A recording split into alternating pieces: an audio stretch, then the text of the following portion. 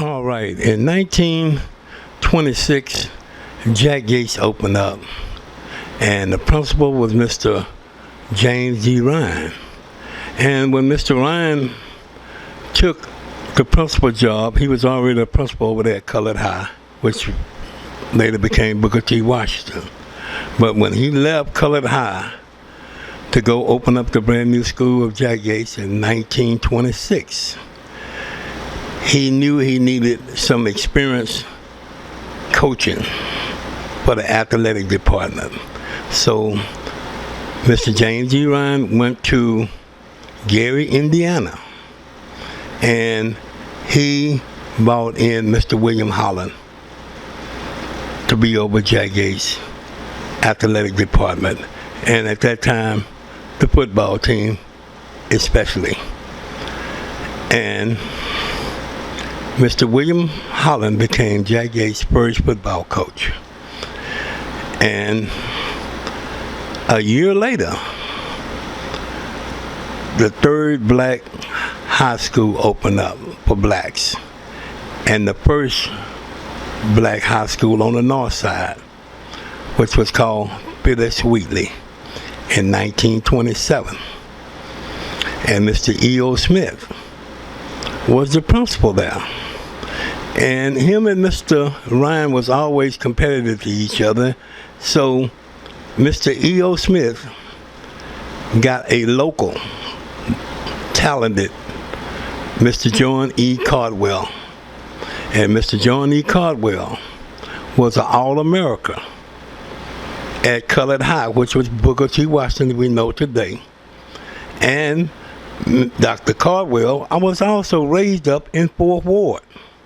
So he was local.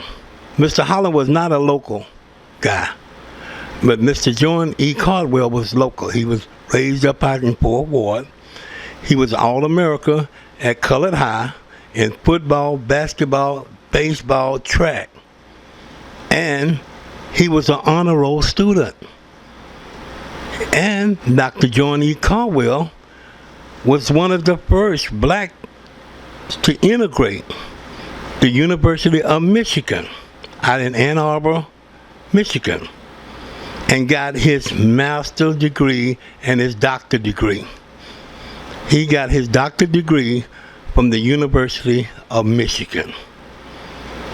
So he was more of a competitor as Mr. Holland. And Dr. Cardwell became Phyllis Wheatley's first football coach. We're talking about the history of how this Turkey Day thing got started, y'all.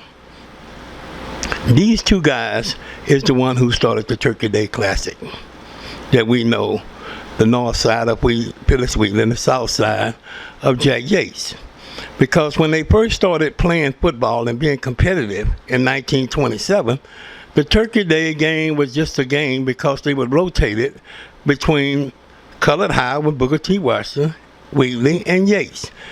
Every Thanksgiving, one of those three teams would play each other. But what happened was that Mr. Holland, Coach Holland, and Coach Caldwell seen the big difference when Yates and Wheatley play each other. And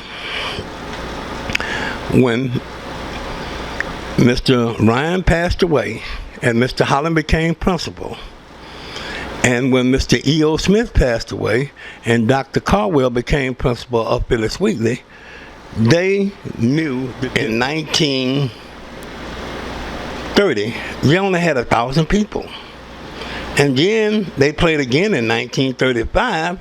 This is when Mr. Holland and Dr. Caldwell seen the difference. 6,000 people came. And they played again in 1937. Now, them other games on Thanksgiving game, like I say, Booker T. Washington would play some of them Turkey Day games.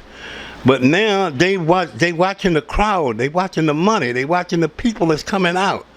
And then by 1938, that's when Mr. Holland told Mr. Ryan that they need to have the Yates and Wheatley game. And Dr. Caldwell told Mr. Smith that they need to have the Yates and Wheatley game because they had 8,000 people. And then in 1938, they took over and said, well, let's try it. And they had 8,000 more again. Now, the white people at HISD, they're looking at these numbers and seeing how all these black people are flooding into this stadium. Then in 1940, it was official. Yates and Wheatley and the Turkey Day Classic going to be an annual deal every Thanksgiving Day. And the white people had already approved it because whites didn't want to play on Thanksgiving. They want to be at home with their family. And therefore, they had no arguments with HISD School District on playing the Turkey Day game. So in 1940, it was official. 9,000 people. 1941, 14,000 people. In 1942, 15,000.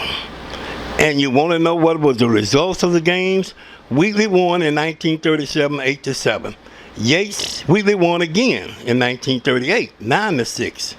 And Wheatley won again in 1939, 6-2. And Yates came back and won in 1940, 12-9. And one of the biggest games of 14,000, Wheatley beat Yates 7-0. In 1942, Yates came back and beat Wheatley 12-7. 15,000 people. Look at these numbers now. These white folks at Houston Independent School District, they watching these numbers.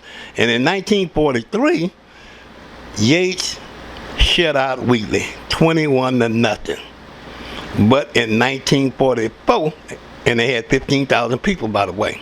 In 1944, one of the biggest crowds that they ever had, 18,000 people watched that game. And Phyllis Wheatley Wildcats shut out the Jack Yates line 6-0. And by this time, it's a known fact. Because in 1949 and 1948, it was a tie. 0-0. What a crowd. 17,500 people was at that game. Remember now, these are the two men that started this Turkey Day Classic. Coach William Holland and Coach John E. Caldwell, which later became principals. Now, they're principals now. That's the reason why these numbers are jumping up. Because now they are in control of the Turkey Day Classic. Booker T. Washington was out of it because they wanted to make the north side and the south side, and Booker T. Washington was already on the south side, so the only way they could really make it more competitive is the north side was Phyllis Wheatley and the south side was Jack Yates. And then in 1949, 21,000 people.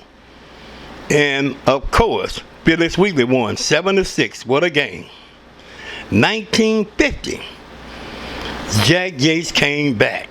20,000 people. Jack Yates beat Wheatley 28-6. And in 1951, oh, what a game. What a crowd.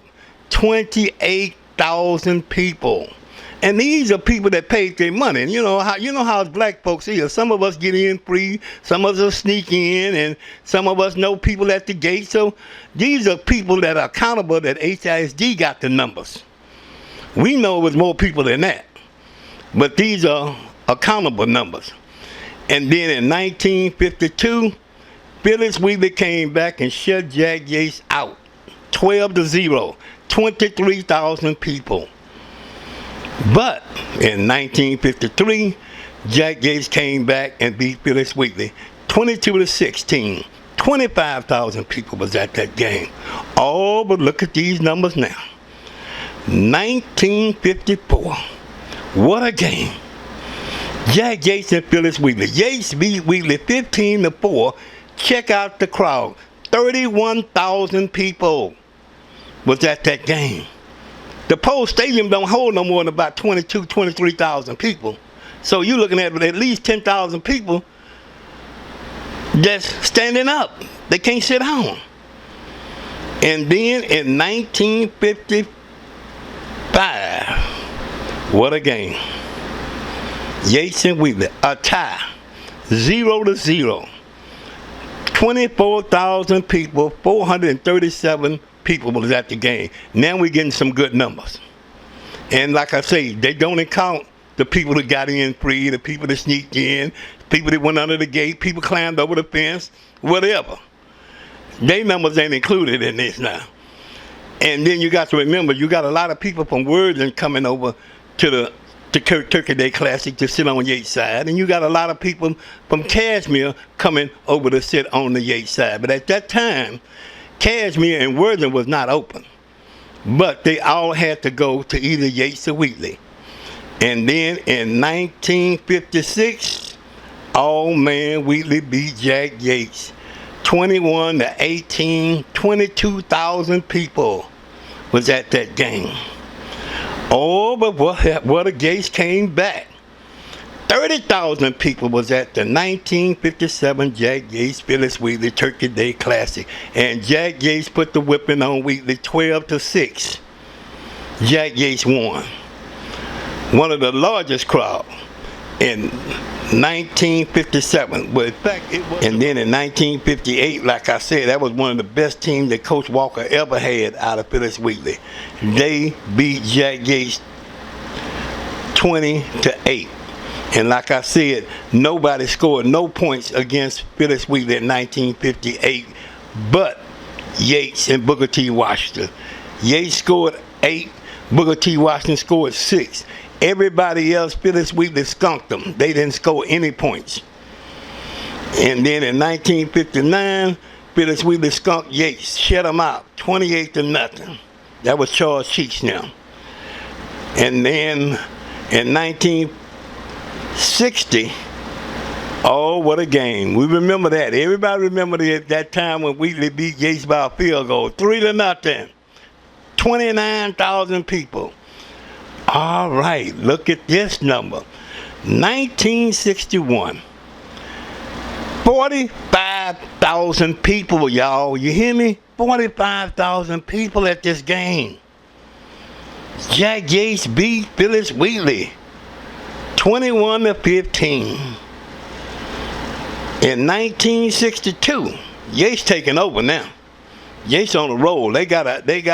Jack Yates now got a dynasty that Coach Patterson built. 1962, Jack Yates beat Phyllis Wheatley 32-12. 42,000 people out there at that game. All of these are 40,000 plus. 1963, Jack Yates beat Wheatley 45,000 people. 45,000 people at that game. They beat Wheatley 21-14. 1964, another 40-something thousand people. Jack Yates shut out Wheatley. I told you Coach Patterson had a dynasty. The Rowan Sixers of Jack Yates, y'all know about that dynasty that Coach Patterson built over there at 3703 Sampson. And in 1965, Wheatley finally made a competitive game, but they still lost 7-6, 40,000. 1966 was the last Thanksgiving game they had, 40,000, and Jack Yates won it 6-3. Now, that is the history of the Turkey Day Classic that we are finna bring back. In 2021, we will be bringing back the Turkey Day Classic. And the proceeds will go to the school. And this will be for real. And it will be 2021, Thanksgiving Day. Jack Yates and Phyllis Wheatley will bring back the classic football game.